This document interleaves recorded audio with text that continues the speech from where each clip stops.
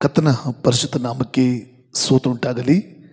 ಪ್ರೀತಿಯ ದೇವರ ಮಕ್ಕಳೇ, ಮತ್ತೆ ಈ ಲೈವ್ ಟಿವಿ ಮೂಲಕ ಈ ಪ್ರಾರ್ಥನೆ ಸಮಯದಲ್ಲಿ ನಿಮ್ಮನ್ನು ಸಂಧಿಸುವಂತೆ ದೇವರು ಕೊಟ್ಟಂಥ ಈ ಮಹಾಕೃಪೆಗಾಗಿ ನಾನು ಕರ್ತನಿಗೆ ಸ್ತೋತ್ರ ಸಲ್ಲಿಸ್ತೇನೆ.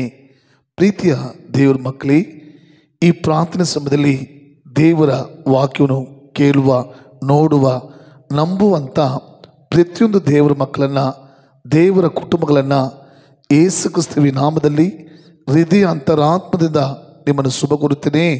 ಕರ್ತನಾದ ಯೇಸು ಸ್ವಾಮಿ ನಿಮ್ಮನ್ನು, ನಿಮ್ಮ ಕುಟುಂಬಗಳನ್ನು ಆಶೀರ್ವದಿಸಲಿ.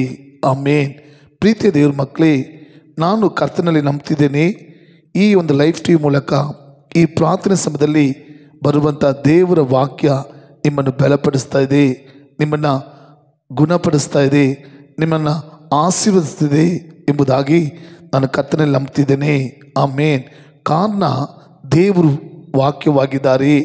ಆತನ ವಾಕ್ಯ ಹೇಳ್ಪಟ್ಟಿದೆ, ಆತನು ತನ್ನ ವಾಕ್ಯವನ್ನು ಕಲಿಸಿ ಅವರನ್ನ ಗುಣಪಡಿಸಿದನೋ. ಆಮೇನ್.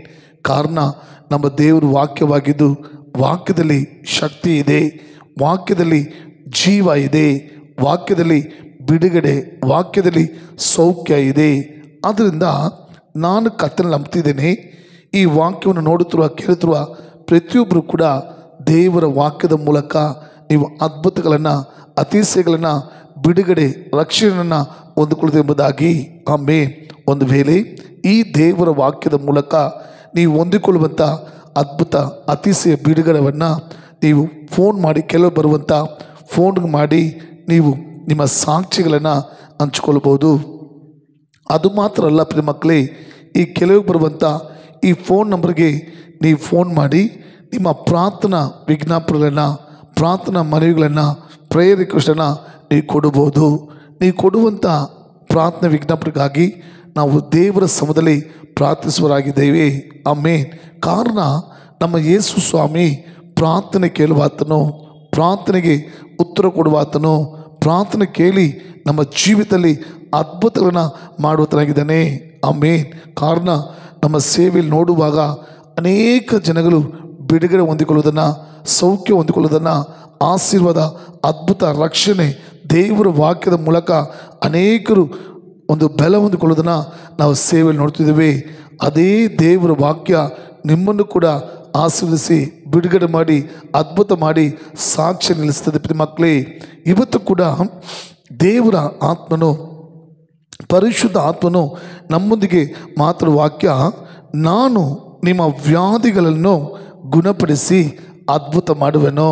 ಆಮೇಲೆ ನಾನು ನಿಮ್ಮ ವ್ಯಾಧಿಗಳಲ್ಲಿ ಗುಣಪಡಿಸಿ ನಿಮಗೆ ಅದ್ಭುತ ಮಾಡುವೆನೋ.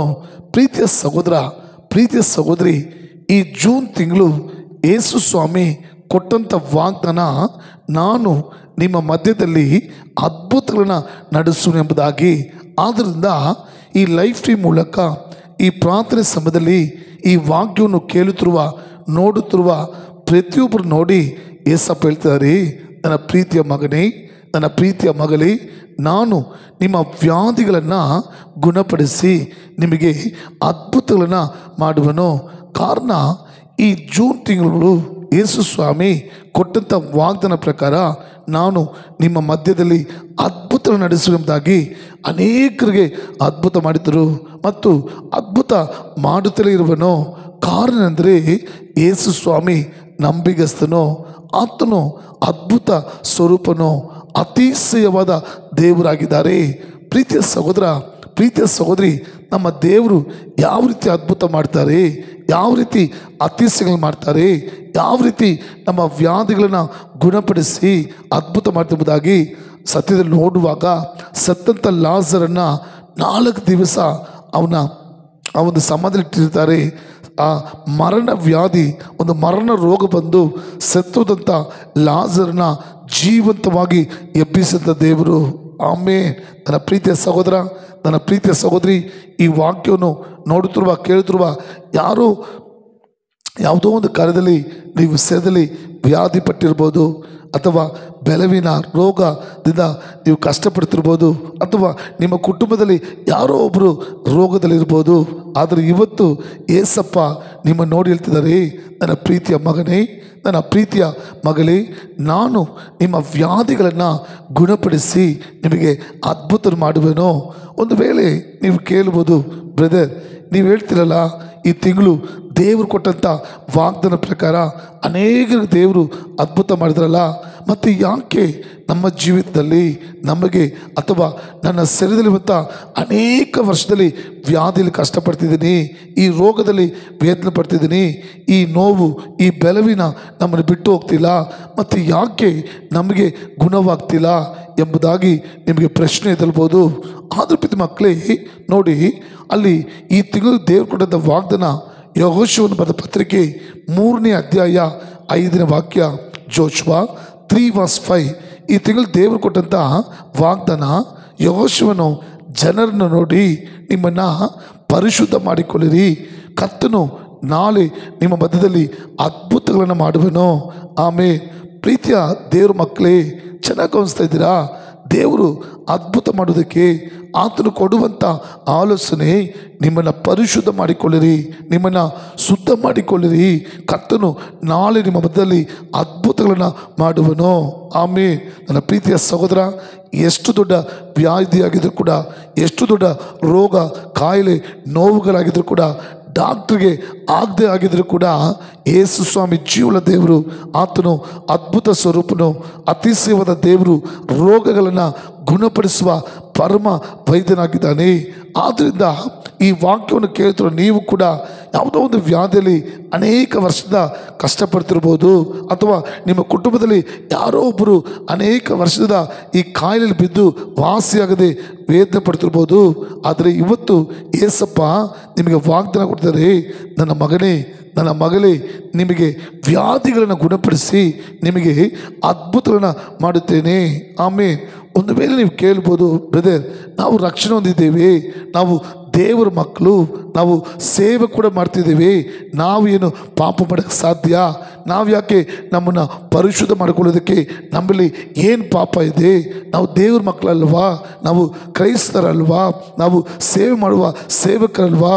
ನಮ್ಮಲ್ಲಿ ಏನು ಪಾಪ ಇದೆ ಎಂಬುದಾಗಿ ನನ್ನ ಪ್ರೀತಿಯ ಸಹೋದರ, ನನ್ನ ಪ್ರೀತಿಯ ಸಹೋದರಿ, ಚೆನ್ನಾಗಿ ಗಮನಿಸಿ.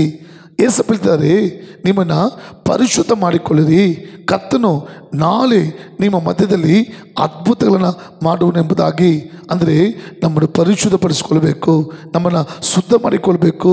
ಆಗ ಕರ್ತನು ನಾವು ಎದುರು ನೋಡುವಂಥ ಸೌಖ್ಯವನ್ನು, ಒಂದು ಕ್ಷೇಮವನ್ನು, ಆರೋಗ್ಯವನ್ನು ಕೊಡುವ ದೇವರಾಗಿದ್ದಾರೆ.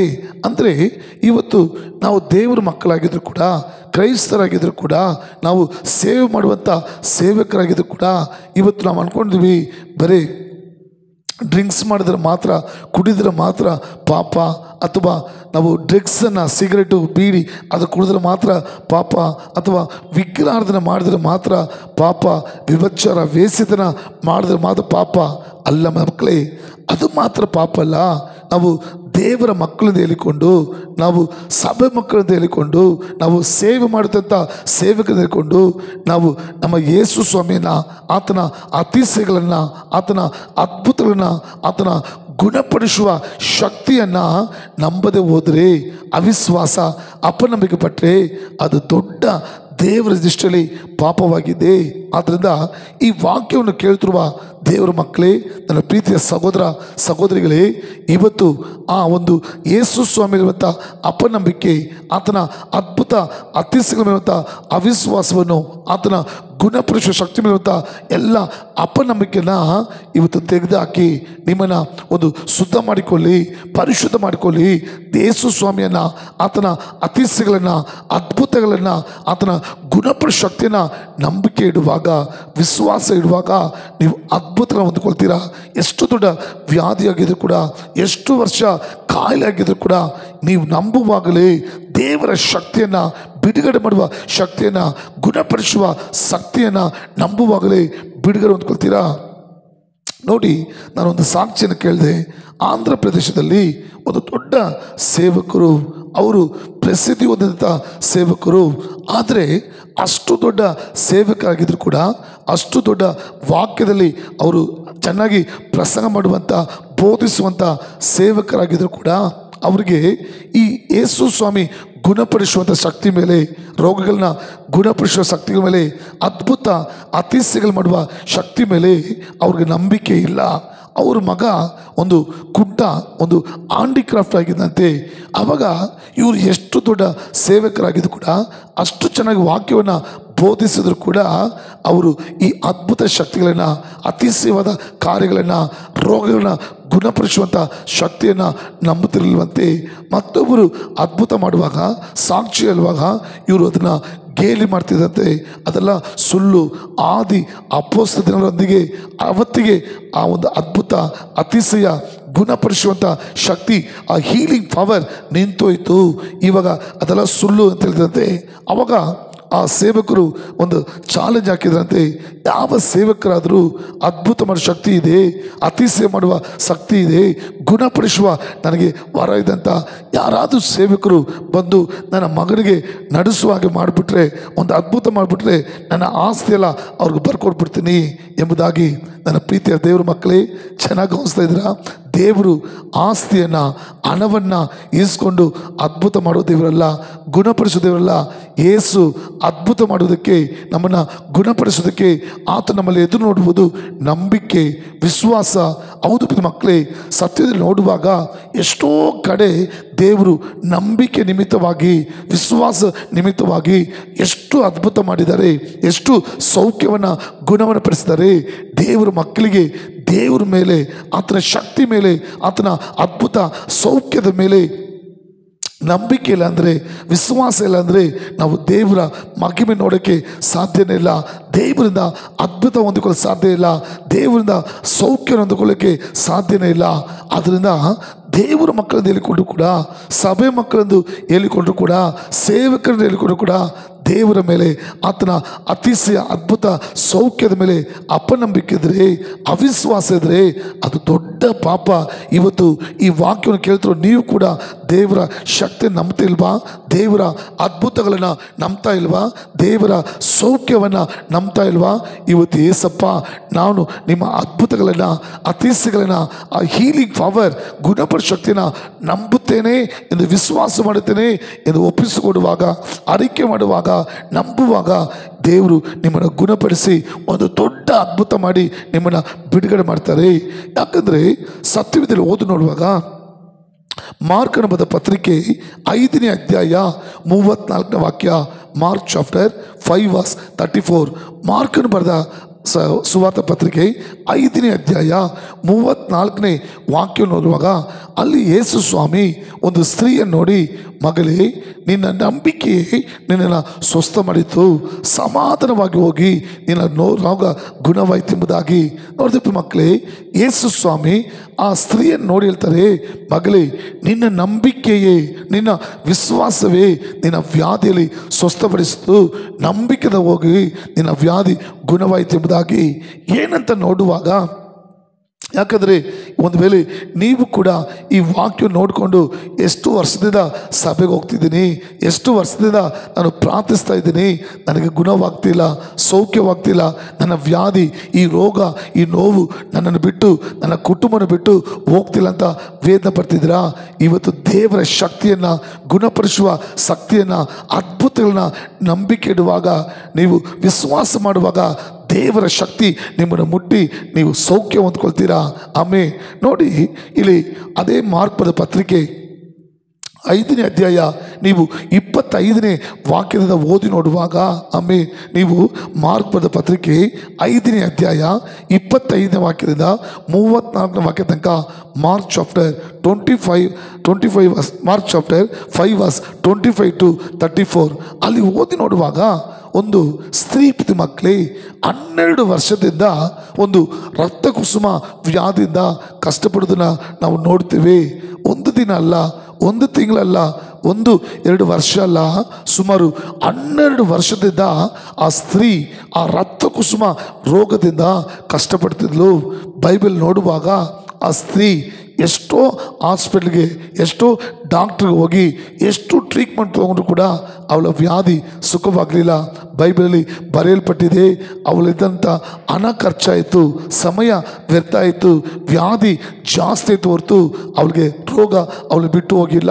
12 ವರ್ಷದಿಂದ ಕಷ್ಟಪಡ್ತಾಳೆ. ಸ್ವಲ್ಪ ಯೋಚನೆ ನೋಡಿ, ಒಂದು ವಾರ ಜ್ವರ ಬಂದ್ಬಿಟ್ಟನೆ, ಒಂದು ವಾರ 2 ದಿವಸ ಹೊಟ್ಟೆ ನೋವು, ತಲೆನೋವಿದ್ರೆ ಎಷ್ಟು ಭಯ ಪಡ್ತೀವಲ್ವಾ, ಎಷ್ಟು ನಾವು ಕಷ್ಟಪಡ್ತೀವಲ್ವಾ, ಎಷ್ಟು ತಡ ಮಾಡಿಬಿಡ್ತೀವಲ್ವಾ. ಆದರೆ ಈ ಸ್ತ್ರೀ 12 ವರ್ಷದಿಂದ ರಕ್ತಕುಸುಮ ರೋಗದಿಂದ ಕಷ್ಟಪಡ್ತಿದ್ದಾಳೆ. ಯಾರೋ ಒಬ್ಬರು ಬಂದು, ಯಾಕಮ್ಮ, ಯಾಕೆ ಇಷ್ಟು ಮುಖಾಲ ಬಾಡೋಗಿದೆ, ಏನು ನಿನಗೆ ತೊಂದರೆ ಅಂತ ಕೇಳುವಾಗ ಆ ತಾಯಿ ತನ್ನ ಕಾರ್ಯವನ್ನು ಹೇಳ್ತಾಳೆ. 12 ವರ್ಷದಿಂದ ಈ ರಕ್ತಕುಸುಮ ವ್ಯಾಧಿಯಿಂದ ಕಷ್ಟಪಡ್ತಿದ್ದೇನೆ. ಎಷ್ಟೋ ಡಾಕ್ಟರ್ ಹತ್ರ ಹೋದೆ, ಎಷ್ಟೋ ಹಾಸ್ಪಿಟ್ಲ್ಗೆ ಹೋಗಿದ್ದೀನಿ, ಎಷ್ಟೋ ಲಕ್ಷ ಖರ್ಚು ಮಾಡಿದೆ, ನನ್ನ ಹಣ ಖರ್ಚಾಯಿತು, ನನ್ನ ಆಸ್ತಿ ಪಾಸ್ತಿ ಎಲ್ಲ ಹೋಗ್ಬಿಡ್ತು. ಆದರೆ ನನ್ನ ಸೆರೆದಿರುವಂಥ ಆ ವ್ಯಾಧಿ, ಆ ರೋಗ ನನ್ನನ್ನು ಬಿಟ್ಟು ಹೋಗಲೇ ಇಲ್ಲ ಎಂಬುದಾಗಿ ಚಿಂತೆ ಪಡ್ತಾಳೆ. ಆಗ ಆ ಸಹೋದರಿ ಆ ಸ್ತ್ರೀಗೆ ಯೇಸು ಸ್ವಾಮಿ ಬಗ್ಗೆ ಸುವಾರ್ತೆ ಸಾರ್ತಾಳೆ. ಯಾಕಮ್ಮ, ಇಷ್ಟು ವರ್ಷ ಕಷ್ಟಪಡ್ತಿದ್ದಲ್ಲ, ಪಕ್ಕದ ಬೀದಿಯಲ್ಲಿ ಯೇಸು ಸ್ವಾಮಿ ಬಂದಿದ್ದಾರೆ, ಅವ್ರನ್ನ ನೋಡುವಾಗ, ನಂಬುವಾಗ, ವಿಶ್ವಾಸ ಮಾಡುವಾಗ, ಅವ್ರು ನಮ್ಮನ್ನು ಕೈ ಇಟ್ಟು ಮುಟ್ಟುವಾಗ, ಅವರು ಹತ್ರ ಪ್ರಾರ್ಥನೆ ಮಾಡಿಕೊಳ್ಳುವಾಗ ಎಷ್ಟು ದೊಡ್ಡ ವ್ಯಾಧಿಯಾಗಿದ್ದರೂ ಕೂಡ, ರೋಗವಾಗಿದ್ದರೂ ಕೂಡ, ಸೈತನ ಹೋರಾಟದಿದ್ದರೂ ಕೂಡ ಬಿಡುಗಡೆ ಆಗಿಬಿಡ್ತದೆ. ಎಷ್ಟು ಅದ್ಭುತ ಮಾಡ್ತಾರೆ ಎಂಬುದಾಗಿ ಸುವಾರ್ತೆ ಸಾರುವಾಗ, ಯೇಸು ಸ್ವಾಮಿ ಬಗ್ಗೆ ಸಮಾಚಾರ ತಿಳಿಸುವಾಗ ಆ ರೋಗದ ಸ್ತ್ರೀಗೆ ಒಂದು ಯೇಸು ಸ್ವಾಮಿಯಲ್ಲಿ ನಂಬಿಕೆ, ಒಂದು ವಿಶ್ವಾಸ, ಒಂದು ನಿರೀಕ್ಷೆ ಹುಟ್ಟುಕೊಳ್ತಿದ್ದ ಮಕ್ಕಳೇ. ಆ ಸ್ತ್ರೀಯಲ್ಲಿ ಒಂದು ತೀರ್ಮಾನ ಮಾಡ್ತಾಳೆ, ಯೇಸು ಸ್ವಾಮಿನ ಹೇಗಾದರೂ ನೋಡಬೇಕು, ಆತನ ಹತ್ರ ಹೋಗಿ ಪ್ರಾರ್ಥನೆ ಮಾಡಬೇಕು, ಆತ ನನ್ನ ಮೇಲೆ ಕೈ ಇಡಬೇಕು, ನನ್ನ ಕಾರ್ಯವನ್ನು ಆತನಲ್ಲಿ ಹಂಚ್ಕೊಳ್ಬೇಕಂತ ಪ್ರಯಾಸಪಟ್ಟು ಯೇಸು ಸ್ವಾಮಿನ ನೋಡಕ್ಕೆ ಬರುವಾಗ ಬೈಬಲಲ್ಲಿ ಹೇಳಲ್ಪಟ್ಟಿದೆ, ಯೇಸು ಸ್ವಾಮಿ ಅವರು ಜನ ಪೂರ್ತಿ ಅವರ ಸುತ್ತಕೊಂಡಿರ್ತಾರೆ. ಈ ತಾಯಿ ಅಂದ್ಕೊಂಡ್ಲು, ಹೇಗಾದರೂ ಹೋಗಿ ಏಸಪ್ಪ ಹತ್ರ 12 ವರ್ಷ ನಾನು ಪಟ್ಟಂಥ ವ್ಯಾಧಿಯನ್ನು, ರೋಗವನ್ನು, ಆ ನೋವನ್ನು, ಕಷ್ಟವನ್ನು ಹಚ್ಕೊಳ್ಬೇಕು. ಎಷ್ಟು ಹಾಸ್ಪಿಟ್ಲ್ಗೆ ಹೋದೆ, ಎಷ್ಟು ಡಾಕ್ಟ್ರ್ ಹತ್ರ ಹೋದೆ, ಎಷ್ಟು ಖರ್ಚು ಮಾಡಿದೆ, ಏನು ಟ್ರೀಟ್ಮೆಂಟ್ ತೊಗೊಂಡೆ, ಎಲ್ಲ ತನ್ನ ಕಷ್ಟನ, ದುಃಖನ ಹಚ್ಕೊಳ್ಬೇಕು ಅನ್ಕೊಂಡಿದ್ಲು. ಆದರೆ ಯೇಸು ಸ್ವಾಮಿ ಸುತ್ತು ಜನ ಗುಂಪು ಕೊಡ್ಬಿಟ್ಟಿದ್ದಾರೆ, ಈ ಮಗಳು ಮಾತಾಡೋಕ್ಕಾಗಿಲ್ಲ. ಆದರೆ ಈ ಸ್ತ್ರೀಯಲ್ಲಿದ್ದಂಥ ನಂಬಿಕೆ ನೋಡಿ, ಮಾತಾಡೋಕ್ಕಾಗಿರೋದೇನೋ, ನನ್ನ ದುಃಖನ ಆತನ ಬಳಿ ತಿಳಿಸಿದ್ರೇನೋ, ಆತನ ಮುಟ್ಟಿದ್ರೆ ಸಾಕು, ಆತನ ವಸ್ತ್ರವನ್ನು ಮುಟ್ಟಿದ್ರೆ ಸಾಕು, ನನಗೆ ಗುಣವಾಗುತ್ತೆ. ನೋಡಿದ್ರ, ಆತಳು ಒಂದು ಕ್ರೈಸ್ತರಲ್ಲ, ಸಭೆ ಮಕ್ಕಳಲ್ಲ, ಸೇವಕಿ ಅಲ್ಲ, ಆದರೂ ಕೂಡ ಯೇಸು ಸ್ವಾಮಿಯಲ್ಲಿ ಎಷ್ಟೊಂದು ನಂಬಿಕೆ, ಎಷ್ಟೊಂದು ವಿಶ್ವಾಸ, ಆತನ ಗುಣಪರ ಶಕ್ತಿ ಮೇಲೆ, ಆತನ ಅದ್ಭುತ ಮೇಲೆ ಬೈಬಲ್ ಹೇಳ್ಬಿಟ್ಟಿದೆ. ಅವಳು ಆ ವಸ್ತ್ರವನ್ನು ಮುಟ್ಟಿದ ತಕ್ಷಣ 12 ವರ್ಷದಿಂದ ಇದ್ದಂಥ ಆ ರಕ್ತಕುಸುಮ ವ್ಯಾಧಿ ಆ ಕ್ಷಣನೇ, ಆ ನಿಮಿಷನೇ ಅವಳಿಗೆ ಸೌಖ್ಯವಾಯಿತು. ಆಮೇಲೆ ಅಲ್ಲಿ ಯೇಸು ಸ್ವಾಮಿ ಕೇಳ್ತಾರೆ, ಯಾರು ನನ್ನ ಮುಟ್ಟಿದ್ದು? ಶಿಷ್ಯರು ಹೇಳ್ತಾರೆ, ಎಸಪ್ಪ, ಯಾವ ರೀತಿ ಪ್ರಶ್ನೆ ಕೇಳ್ತೀರಪ್ಪ, ಇಷ್ಟು ಜನ ಗುಂಪು ನಿಮ್ಮನ್ನು ಅದ್ಮುತ್ತಿದ್ದಾರೆ, ಜನ ನಿಮ್ಮನ್ನು ಇಸ್ಕೊತಿದ್ದಾರೆ, ಆದರೆ ನೀನು ಬಂದು ಯಾರನ್ನ ಮುಟ್ಟಿದ್ದು ಕೇಳ್ತೀಯಲ್ಲ? ಯೇಸು ಸ್ವಾಮಿ ಹೇಳ್ತಾರೆ, ಇಲ್ಲಪ್ಪ, ಯಾರೋ ಒಬ್ಬರು ನನ್ನ ಮುಟ್ಟಿದ್ರು, ನನ್ನಿಂದ ಆ ಗುಣಪಡ ಶಕ್ತಿ ಅವರಲ್ಲಿ ಕ್ರಿಯೆ ಮಾಡಿತು ಎಂಬುದಾಗಿ ಹೇಳ್ತಾರೆ. ನನ್ನ ಪ್ರೀತಿಯ ಸಹೋದರ, ನನ್ನ ಪ್ರೀತಿಯ ಸಹೋದರಿ, ಈ ವಾಕ್ಯ ನೋಡ್ತಿರುವ ನೀವು ಕೂಡ ನಿಮ್ಮ ಮನಸ್ಸಲ್ಲಿ ಏನಿದೆ ನನಗೆ ಗೊತ್ತಿಲ್ಲದಿರ್ಬೋದು, ಯೇಸು ಗೊತ್ತು. ಈ ವಾಕ್ಯ ಕೇಳಿ ಕೂಡ ತುಂಬ ಜನಗೆ ನಂಬಿಕೆ, ವಿಶ್ವಾಸ ಬರದೇ ಇರ್ಬೋದು. ಅಯ್ಯೋ, ಪಾಸ್ಟ್ಗಳು ಹಿಂಗೆ ಮಾತಾಡ್ತಾರೆ, ಹಿಂಗೆ ಸಾಕ್ಷಿ ಹೇಳ್ತಾರೆ, ನನ್ನ ವ್ಯಾಧಿ ನನಗೊತ್ತು, ನನ್ನ ರೋಗ ನನಗೊತ್ತು, 20 ವರ್ಷ 30 ವರ್ಷ ಡಾಕ್ಟ್ರಿಂದ ಆಗಿಲ್ಲ, ಮೆಡಿಸಿನಿಂದ ಆಗಿಲ್ಲ, ಈ ಬ್ರದರ್ ಪ್ರಾರ್ಥನೆ ಮಾಡಿದ್ರೆ ಏನಾಗುತ್ತೆ? ನನ್ನ ಪ್ರೀತಿಯ ಸಹೋದರ, ಪ್ರೀತಿಯ ಸಹೋದರಿ, ನಂಬಿಕೆ ತುಂಬ ಮುಖ್ಯ, ವಿಶ್ವಾಸ ತುಂಬ ಮುಖ್ಯ. ಯೇಸು ಸ್ವಾಮಿ ಗೊತ್ತು. ಈ ವಾಕ್ಯ ಕೇಳ್ತಿರುವ ನೀವು ಈ ನಂಬಿಕೆ ಇಡ್ತಾ ಇದ್ದೀರಾ, ವಿಶ್ವಾಸ ಇಡ್ತಿದ್ದೀರಾ, ಅಥವಾ ಈ ವಾಕ್ಯ, ಈ ಸಾಕ್ಷಿ ಕೇಳಿ ಕೂಡ ನೀವು ಸಂದೇಹ ಪಡ್ತಾ ಇದ್ದೀರಾ? ಎಲ್ಲ ಯೇಸು ಸ್ವಾಮಿ ಗೊತ್ತು. ನೋಡಿ, ಅಷ್ಟು ಜನ ಗುಂಪು ಅವ್ರನ್ನ ಕೂಡ್ಕೊಂಡಿದ್ದಾಗ ಕೂಡ ಯೇಸು ಸ್ವಾಮಿ ಕೇಳ್ತಾರೆ, ಯಾರೋ ಒಬ್ಬರು ನನ್ನ ಮುಟ್ಟಿದ್ರು, ಯಾರೋ ಒಬ್ಬರು ನನ್ನ ಮುಟ್ಟಿದ್ರು, ನನ್ನಿಂದ ಗುಣಪರ ಶಕ್ತಿ ಹರಿದು ಹೋಯ್ತು ಎಂಬುದಾಗಿ ಈ ಮಾತಾಡ್ತಿರುವಾಗ ಆ ಸ್ತ್ರೀ 12 ವರ್ಷದಿಂದ ರಕ್ತಕುಸುಮ ರೋಗದಿಂದ ಆ ಸ್ತ್ರೀ ನಡುಕೊಂಡು ಭಯಭಕ್ತಿಯಿಂದ ಸ್ವಾಮಿ ಮುಂದೆ ಬರ್ತಾಳೆ, ಸ್ವಾಮಿ ನಾನೇ ನಿಮ್ಮನ್ನು ಮುಟ್ಟಿದ್ದು ಏನಂತ ವಿಚಾರಿಸುವಾಗ ಆ ಸ್ತ್ರೀ ಹೇಳ್ತಾರಪ್ಪ 12 ವರ್ಷದಿಂದ ಈ ವ್ಯಾಧಿಯಲ್ಲಿ ಕಷ್ಟಪಡ್ತಿದೆ, ಎಷ್ಟೋ ಹಾಸ್ಪಿಟ್ಲ್ಗೆ ಹೋದೆ, ಎಷ್ಟೋ ಡಾಕ್ಟ್ರ್ ಹತ್ರ ತೋರಿಸಿದೆ, ಎಷ್ಟೋ ಮೆಡಿಸಿನ್ ಟ್ರೀಟ್ಮೆಂಟ್ ತೊಗೊಂಡೆ, ನನ್ನ ಹತ್ರ ಇದ್ದಂಥ ಆಸ್ತಿ ಹಣ ಎಲ್ಲ ಕಳ್ಕೊಂಡ್ಬಿಟ್ಟೆ, ಆದರೆ 12 ವರ್ಷದಿಂದ ಈ ವ್ಯಾಧಿ ನನ್ನ ಬಿಟ್ಟು ಹೋಗಿಲ್ಲ. ಯಾರೂ ನಿಮ್ಮ ಬಗ್ಗೆ ತಿಳಿಸಿದ್ರು, ನಿಮ್ಮನ್ನು ನಂಬಿದರೆ ವಿಶ್ವಾಸ ಮಾಡಿದ್ರೆ ಸೌಖ್ಯವಾಗುತ್ತೆ ಅಂತ ನಿಮ್ಮ ಹತ್ರ ಕಷ್ಟ ಹೇಳ್ಕೊಂಡು ಬಂದೆ, ನಿಮ್ಮನ್ನು ಮುಟ್ಟಕ್ಕಾಗಿಲ್ಲ. ನನ್ನಲ್ಲಿ ಒಂದು ನಂಬಿಕೆ ಇತ್ತು, ನಿಮ್ಮನ್ನು ಮುಟ್ಟಿದರೆ ನನಗೆ ಸೌಖ್ಯವಾಗುತ್ತಾ. ಮುಟ್ಟಿದ ತಕ್ಷಣ ನನ್ನಲ್ಲಿ ಒಂದು ಶಕ್ತಿ ಹರಿದು ಬಂದು ನನ್ನ ವ್ಯಾಧಿ ಈ ಕ್ಷಣನೇ ನನಗೆ ಗುಣವಾಯಿತು. ನೋಡಿದ್ರೆ ಪ್ರೀತಿ ಮಕ್ಕಳೇ, ಎಷ್ಟು ದೊಡ್ಡ ಅದ್ಭುತ, ಎಷ್ಟು ದೊಡ್ಡ ಒಂದು ಬಿಡುಗಡೆ. ಎಷ್ಟು 12 ವರ್ಷದಿಂದ ಇದ್ದಂಥ ವ್ಯಾಧಿಯನ್ನು, ರೋಗವನ್ನು ನಂಬಿ ದೇವರ ಮುಟ್ಟಿದಾಗ ದೇವರ ಶಕ್ತಿ, ಆ ಗುಣದ ಶಕ್ತಿ ಆ ಮಗಳ ಹರಿದು ಹೋಗಿ ಗುಣವಾಗಬಿಡ್ತು.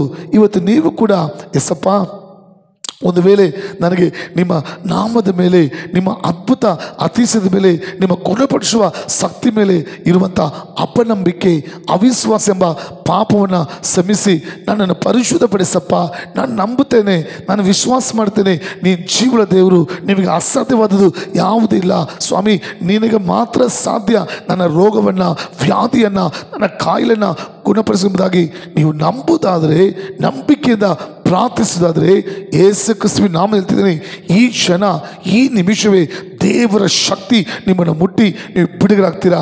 ಪ್ರಾರ್ಥನೆ ಮಾಡೋಣವಾ? ನಂಬಿಕೆಯಿಂದ ವಿಶ್ವಾಸದಿಂದ ನಿಮ್ಗೆ ಎಲ್ಲಿ ವ್ಯಾಧಿ ಇದೆಯೋ ಅಲ್ಲಿ ಕೈ ಬಲಗೆ ಇಟ್ಕೊಂಡು ಪ್ರಾರ್ಥನೆ ಮಾಡಿ. ಒಂದು ವೇಳೆ ನಿಮ್ಮ ಮನೆಯಲ್ಲಿ ಯಾರಿಗೆ ಎಲ್ಲಿ ಕಾಯಿಲೆ ಇದೆ ಅಲ್ಲಿ ಕೈ ಇಟ್ಟು ಪ್ರಾರ್ಥನೆ ಮಾಡಿ. ನಂಬಿಕೆ ವಿಶ್ವಾಸ. ಯೇಸು ಜೀವನ ದೇವರು, ಗುಣಪಡಿಸುವ ದೇವರು, ಅದ್ಭುತ ಸ್ವರೂಪನು, ಅತೀಶ್ವರ ದೇವರು. ಸತ್ತಂತ ಲಾಜರನ ಗುಣಪಡಿಸಿ ಜೀವಂತವಾಗಿ ಎಬ್ಬಿಸೋಕ್ಕೆ ಶಕ್ತಿ ಇರುವಾಗ ನಿಮ್ಮ ಕಾಯಿಲೆನ ಗುಣಪಡಿಸೋಕ್ಕೆ ದೇವರಿಗೆ ಸುಲಭವಾದ ಕಾರ್ಯ. ಒಪ್ಪಿಸ್ಕೊಡ್ತೀರಾ?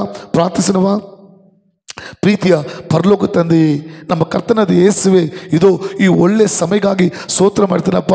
ಇದು ಈ ಲೈಫ್ ಟೈಮ್ ಮೂಲಕ ಈ ಪ್ರಾರ್ಥನೆ ಸಮಯದಲ್ಲಿ ನಿಮ್ಮ ವಾಕ್ಯವನ್ನು ಸಾರುವಂತೆ ಅಪ್ಪ ಕೃಪೆ ಮಾಡಿದ ಕಾರಣ ನಾನು ಸ್ತೋತ್ರ ಮಾಡ್ತೀನಪ್ಪ. ಈ ವಾಕ್ಯವನ್ನು ಕೇಳಿ ಯಾರೆಲ್ಲ ನಂಬಿಕೆಯಿಂದ ವಿಶ್ವಾಸದಿಂದ ಎಲ್ಲಿ ಅವ್ರ ಸಲ ವ್ಯಾಧಿ ಇದೆಯೋ, ರೋಗ ಇದೆಯೋ, ಅಪ್ಪ ಕಾಯಿಲೆ ಇದೆಯೋ ಅಲ್ಲಿ ಕೈ ಇಟ್ಟು ಪ್ರಾರ್ಥಿಸರೋ ಅಲ್ಲಿ ದೇವರ ಶಕ್ತಿ ಗುಣಪಡಿಸುವ ಯೇಸು ಕ್ರಿಸ್ತುವಿನ ನಾಮದಲ್ಲಿ ಶಕ್ತಿ ಇಳಿಬೇಕು ಪ್ರಾರ್ಥಿಸಿನಪ್ಪ. ಸತ್ತಂತ ಲಾಜರನ ಜೀವಂತವಾಗಿ ಎಬ್ಬಿಸಿದ ದೇವರೇ, 12 ವರ್ಷದಿಂದ ರಕ್ತ ಕುಸುಮ ಕಾಯಿಲೆಯಲ್ಲಿ ಅಪ್ಪ ಇದ್ದಂಥ ಸ್ತ್ರೀಯನ್ನು ನಿಮ್ಮನ್ನು ಮುಟ್ಟಿದ ತಕ್ಷಣ, ನಂಬಿದ ತಕ್ಷಣ ಗುಣಪಡಿಸಿದ ದೇವರೇ, ಇದು ಈ ವಾಕ್ಯವನ್ನು ಕೇಳಿ ಯಾರೆಲ್ಲ ನಂಬ್ತಿದ್ದಾರೋ, ಯಾರೆಲ್ಲ ವಿಶ್ವಾಸ ಮಾಡ್ತಿದ್ದಾರೋ, ಎಷ್ಟು ದೊಡ್ಡ ಕಾಯಿಲೆ ಆಗಿದ್ರು ಕೂಡ, ಎಷ್ಟು ದೊಡ್ಡ ವ್ಯಾಧಿ ಆಗಿದ್ರು ಕೂಡ, ಅದು ಎಷ್ಟು ವರ್ಷದಿಂದ ಅವರು ಕಷ್ಟಪಡ್ತಿದ್ರು ಕೂಡ ಸ್ವಾಮಿ, ಈ ಕ್ಷಣ ಈ ನಿಮಿಷವೇ ಯೇಸು ಕ್ರಿಸ್ತುವಿನ ನಾಮದಲ್ಲಿ ನಿಮ್ಮ ಹೀಲಿಂಗ್ ಪವರ್, ಗುಣಪಡಿಸುವ ಶಕ್ತಿ ಅವರ ಮುಟ್ಟುತ್ತಿರೋದಕ್ಕೆ ಸ್ತೋತ್ರ ಮಾಡ್ತಾರಪ್ಪ. ಅವರ ಸರಿದಿರುವಂಥ ಎಲ್ಲ ವ್ಯಾಧಿಗಳನ್ನು, ಎಲ್ಲ ಕಾಯಿಲೆಗಳನ್ನು, ಎಲ್ಲ ರೋಗಗಳನ್ನು, ಎಲ್ಲ ಬಲವೀನಗಳ ಯೇಸುವಿನ ನಾಮದಲ್ಲಿ ಗುಣವಾಗುತ್ತಿರುವ ಸ್ತೋತ್ರ ಮಾಡ್ತಾರಪ್ಪ. ಅಪ್ಪ ನಿಮ್ಮ ಶಕ್ತಿ, ಗುಣಪಡಿಸುವ ಶಕ್ತಿ ಇಳಿತಿರೋದಕ್ಕಾಗಿ, ಮುಟ್ಟುತ್ತಿರೋದಕ್ಕಾಗಿ ನಾನು ನಂಬುತ್ತಿದ್ದೇನಪ್ಪ, ಸ್ತೋತ್ರ ಮಾಡ್ತೀನಪ್ಪ, ನಿಮ್ಮನ್ನು ಸ್ತುತಿಸ್ತೀನಪ್ಪ, ನಿಮ್ಮ ನಾಮನ ಮಹಿಮೆಪಡಿಸ್ತಾರೆ. ಒಬ್ಬೊಬ್ಬರ ಮೇಲೆ ಆ ಹೀಲಿಂಗ್ ಪವರ್, ಗುಣಪಡಿಸುವ ಶಕ್ತಿ ಮುಟ್ಟಿ ಈಗಲೇ ಸೌಖ್ಯವಾಗಿದ್ದಕ್ಕೆ ಸ್ತೋತ್ರಪ್ಪ. ಆಶೀರ್ವದಿಸ್ತೇನೆ. ನಿಮ್ಮ ನಾಮ ಮಾತ್ರ ಮಹಿಮೆಪಡಲಿ ನಮ್ಮ ಜೀವ ತಂದೆಯೇ, ಆಮೇನ್. ಪ್ರೀತಿಯ ದೇವರ ಮಕ್ಕಳೇ, ದೇವರು ನಂಬಿದರ ಮೇಲೆ ದೇವರ ಆ ಹೀಲಿಂಗ್ ಪವರ್, ಗುಣಪಡಿಸುವ ಶಕ್ತಿ ನಿಮ್ಮ ಮೇಲೆ ಇಳಿದಿದೆ, ಮುಟ್ಟಿದೆ. ಸಾಕ್ಷಿಯಲ್ಲಿ ಯೇಸು ನಂಬಿಕೆ ಮಾಡಿ ಮಹಿಮೆಪಡಿಸಿ ನಿಮ್ಮನ್ನು ಆಶೀರ್ವದಿಸಲಿ. ಆಮೇನ್. God bless you.